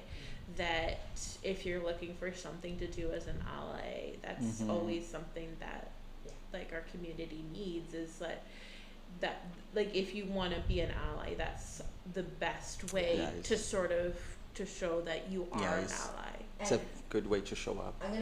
I've mentioned it before in an interview I did, but I think it's really important for people who they may not fully identify as an ally, or they may not feel like they're actively doing, but I hear it from so many people where it's, especially in respect to story time, that's the big one, because I am kind of the story time person here, so I hear a lot in respect to that. I hear a lot of people say, well, I don't have kids. I don't care what you're doing. I think it's fine what you're doing. I don't have a problem with it. I support it. But I don't have a place to, like, it's not my place to come out. I don't care. I don't know anyone in the queer community. It's not, you don't know that you know anyone in the queer community. So I'd like to remind everyone of that, and that what we need and the gap that we see in support is the people who, I'm okay with it. That's what we need to hear. Those are, in my opinion, some of the most important voices to fight the hatred, the bigotry, the legislation that's coming down that is very harmful, especially to the trans community. Big time. If you don't care and it doesn't impact you, make that known, make that loud. It doesn't bother me if somebody else is trans. It doesn't bother me if a drag queen is reading to kids or a king. It doesn't bother me. I'm okay with it. Be vocal about being okay with it. You don't have to actively feel like you need to wave a flag, but if you are out there for support, or even if you can't come out talking, speaking up when you hear people kind of on the fence, then lend that voice of, I don't think it's hurting anybody. it's not my issue, but I don't think it's hurting anybody. We need those voices. It's very important. And you don't have to know somebody in the community to help. No. Like, even if they say, oh, well, I support you, well, there you go. There's somebody that you know. So, And your kids, your grandkids, your nieces and nephews, anybody coming down the line, your aunt, your uncle, anybody connected to you could potentially come out one day, and the louder you are about not caring, the more space you give them to do that. And another, just with you talking about the allies, something I do as someone with cis presenting privileges, if I am out with friends who are trans women, I always let them know that I'm always happy to go to the bathroom with them.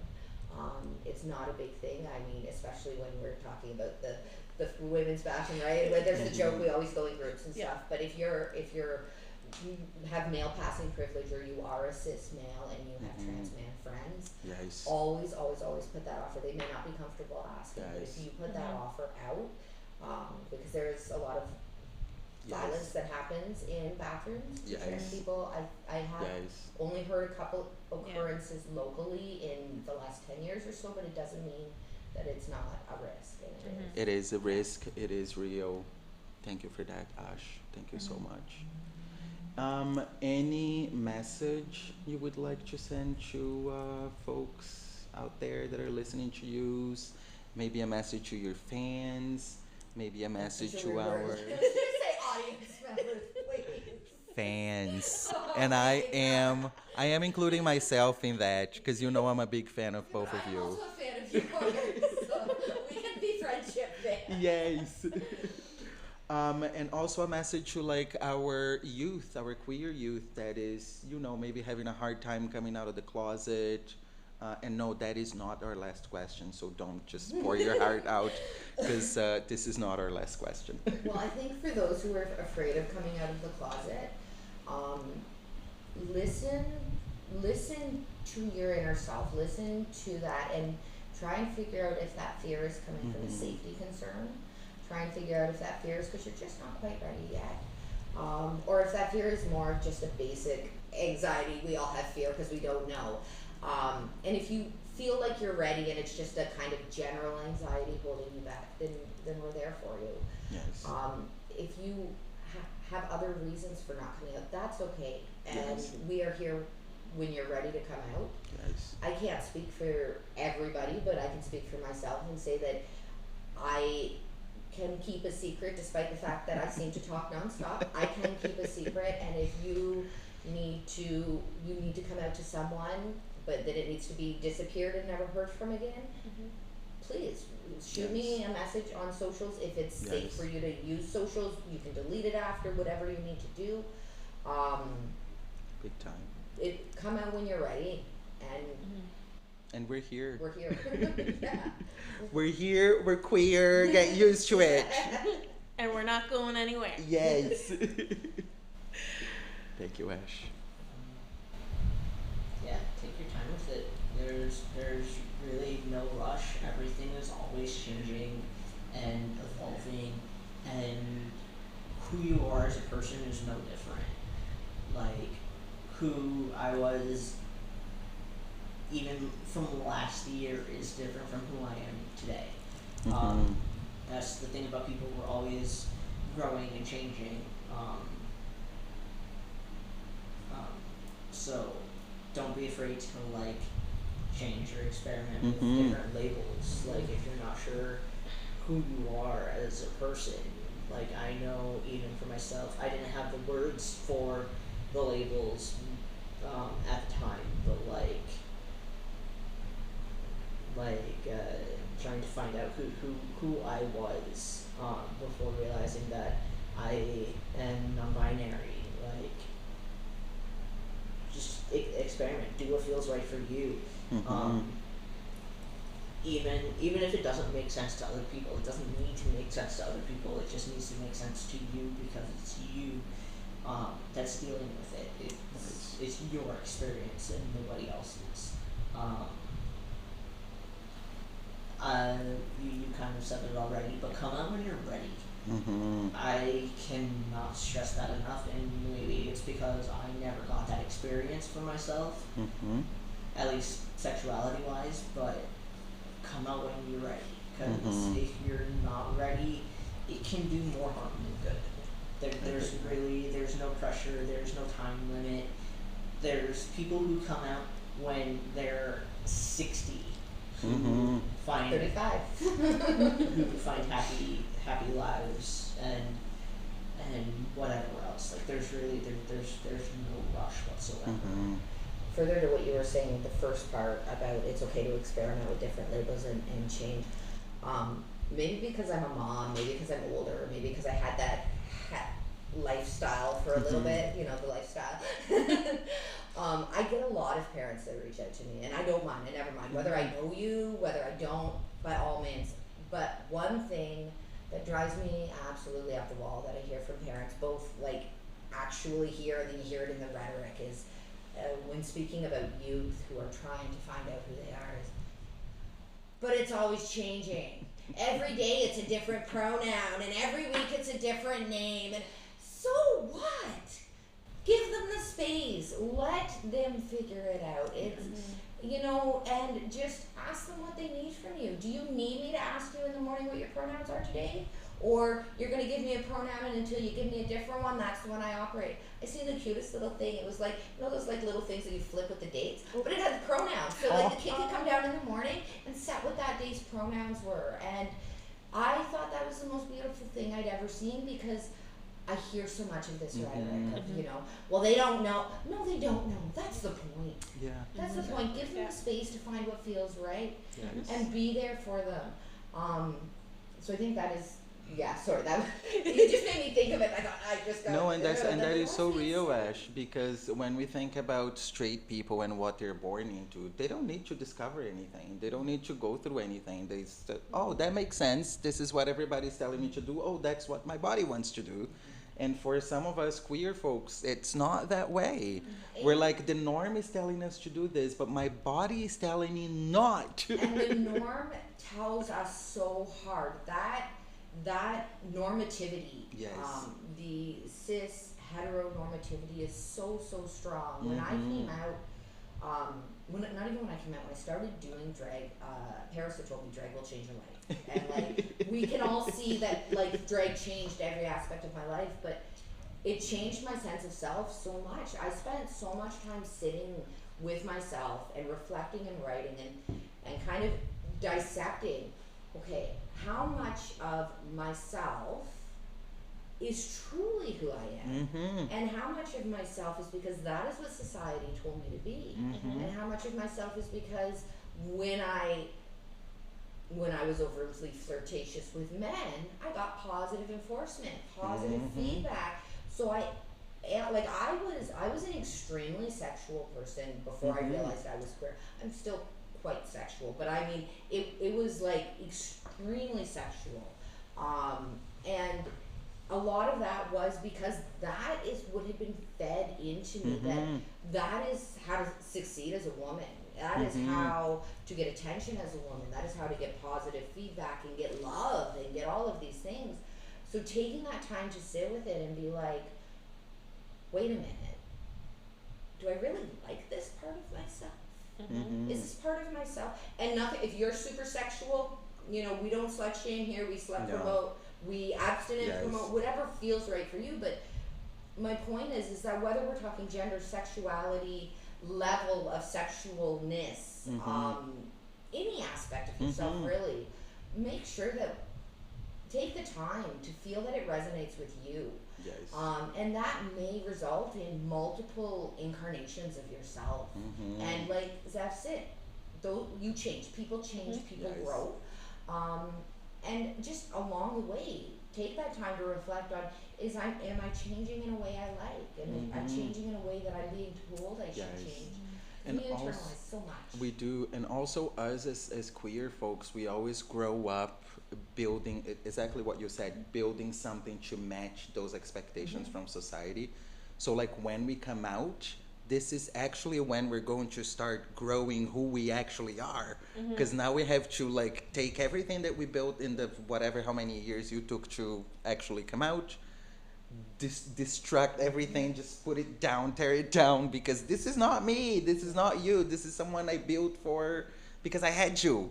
And then start again from the beginning. And even if you are adamant that you are straight and you are cisgender, and there's nothing wrong with that, I'm not saying you need to change, but what I'm saying is, even if you are, reflect on what parts of yourself are true to you, because I think so many people in society, whether they are straight or queer or big time, whether it be things that we carry with us because we're told that we should be that due to our race, due to our religion, due to our body size and shape, take that time and really reflect on, does this fit me? Does this feel right for me? And it's okay, like, if you want to, like, switch, like, I guess, quote, labels, because, like, we might not have, like, that label, that word at that time to just to best describe who we are. So you're like, okay, I'm going to pick this because it's sort of the one that fits the best right now, but later down the road you're like, okay, no, I feel more like this way. So it is okay to sort of, I guess, switch labels, switch pronouns, things like that, because you're always going to be discovering the new things and always like trying to feel what fits best. We are all humans. Yes. And I do want to make a joke that's definitely going to be cut, but I thought I could speak too much, but put you and I in a room. And you. I know, they surprised you. Bitch, we can talk. I was wondering if you were making the same joke I was, which was, just don't invent labels because we've already got too many letters. No.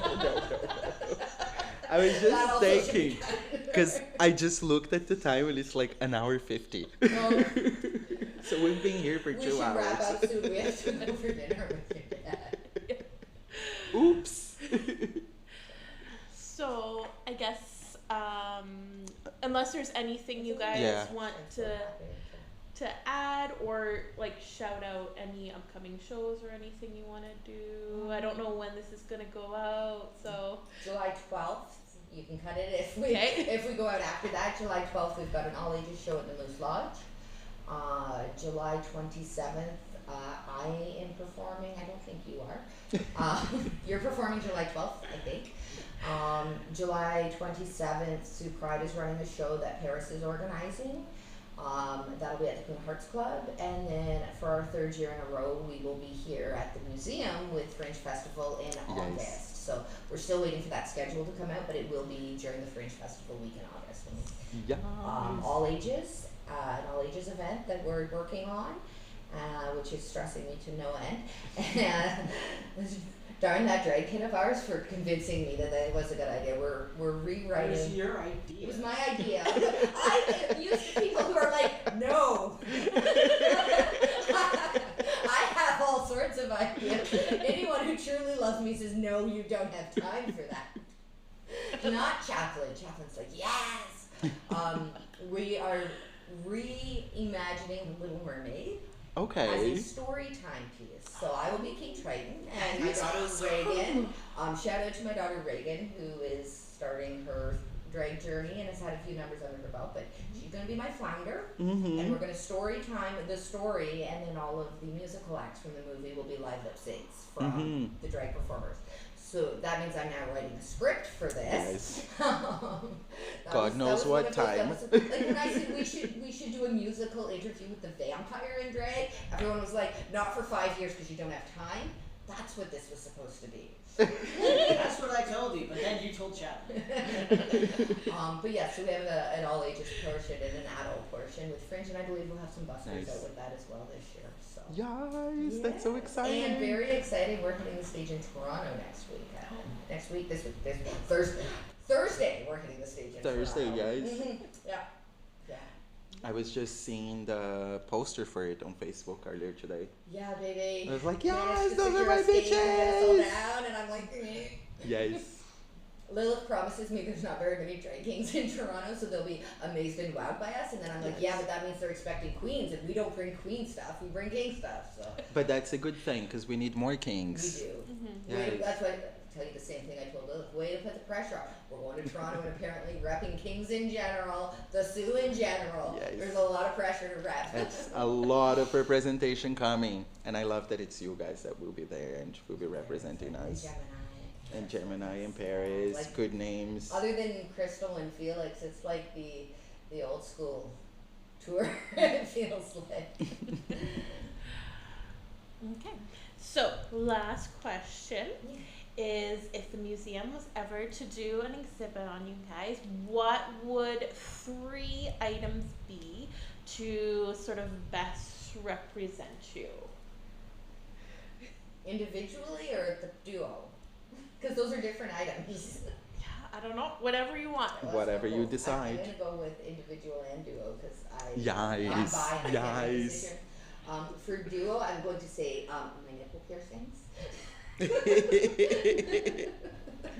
that was a fun story because we'd hardly talked, and I was looking to get a hand holding, like I said, and they're trying to respectfully not look, and I'm like, look at the lights! Okay. So I would go with those. For us as a couple, I would go with the video we made. So when we couldn't be out doing drag, I had the brilliant idea we should start a YouTube channel and do makeup tutorial, like makeup. Well, we do makeup discuss, and I think we only got 1 recorded, and it was the COVID story. So right after we got back together from COVID, did we do 2 or 3? But the first one was us talking about, I think we'd done some remotely together. That's how it started. We did them like virtually zoomed, and then, but we did one where we talked about the COVID experience that we had shared with you, and right after we got back together. So I would include that one for a couple one. I have no idea. Zeph is like, just write my I would name in include there. Probably the onesie that I wore, or a piece of your Santa uniform from our first stage kiss, probably. Aw. I feel like those 3 things are, I mean, there's wedding stuff and there's all of that too.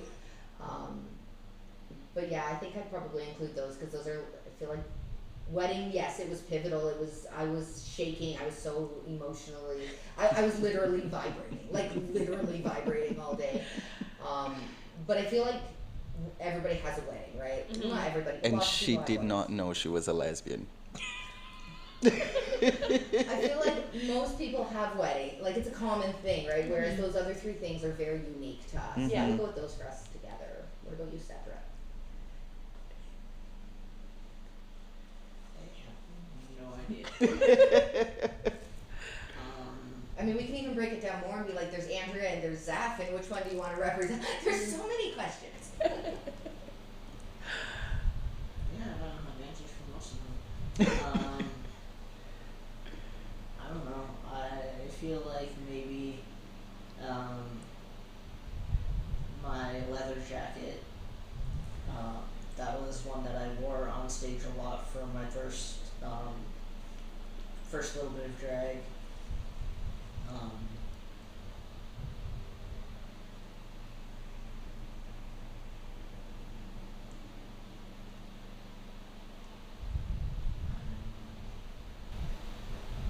One of them white t-shirts you used to rip off all the time. Maybe a non-binary flag, because drag helped you realize you were non-binary. Yeah, something like that. There's so many options. Luke, Is there? Because I am struggling to think of that. I think you've overtalked yourself. You've talked more today than you have in like the last week. I was asked questions and I rambled, did. so. I love listening to you ramble. Maybe I'd include an episode of the 100 because part of when I fell in love with you was that time we were on that call. And are either of you familiar with 100? I am not. Yeah. Okay, well, it's a wonderful show until they carry off the amazing, wonderful lesbian couple that part, and then it was like devastating. Yes. I thought you were talking about something else, something No. local. I was like, I don't know where the 100 is. But, I was at work one day and we were on a video call and I was trying to kill some time, and I don't even know how it came up, but the 100 came up, and they just went off with so much passion and so much emotion and like sense of justice, like social justice, that like the queer community was robbed and representation is important. And I'm watching and I'm like falling more and more in love, and I'm like, that you feel, and they're like, after they're like, I don't get it, I just ranted about. I'm like, but the depth of feeling, Yes. the way you recognize that one moment on TV resonated across an entire Yes. community, and what it meant for, like, it just, anyway. So yes, I It was says something when I have to talk a 16-year-old kid out of suicide because of what they did. Yeah, in the show, right? Like it was, and for me, I watched it before realizing I was queer. So for me, it was just another. It was a good show, and it was an event that happened. And then looking back on it now, I'm like, no, I can see that, and I can see that across lots of different things. But Yes. the passion that you had about that really made me. I think that there's a lot more than just killing the I know. character, and I'm not getting into it. Because we should have had this question. That's another episode. If you ever want, that's another episode. That's a reserved fire, that's all I'm gonna say. For Luke, I would include some glitter. Definitely glitter, a flannel, probably the saddle on these nestle that I made. Flannel, for sure. Fringe. Like the That's a new shirt. That's a newer coat. Yeah, I love that. Like cowboy Cowboy boots. boots, that's about it. Like cowboy boots. And I want to say definitely a picture of your chest wide open like this. Which again, this is something that we would have included Both for Zeph of you. before we did it, and we now. I do love that you could think of nothing for yourself, but you could easily list the things for me. Can you say this like you're surprised? I'm not. You two were so beautiful, so inspiring, and I just wish that every town had the Luke and a Zeph, because we're very lucky to have both of you here in Sault Ste. Marie.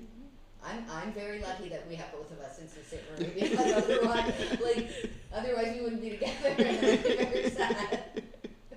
So I'm happy for both of us.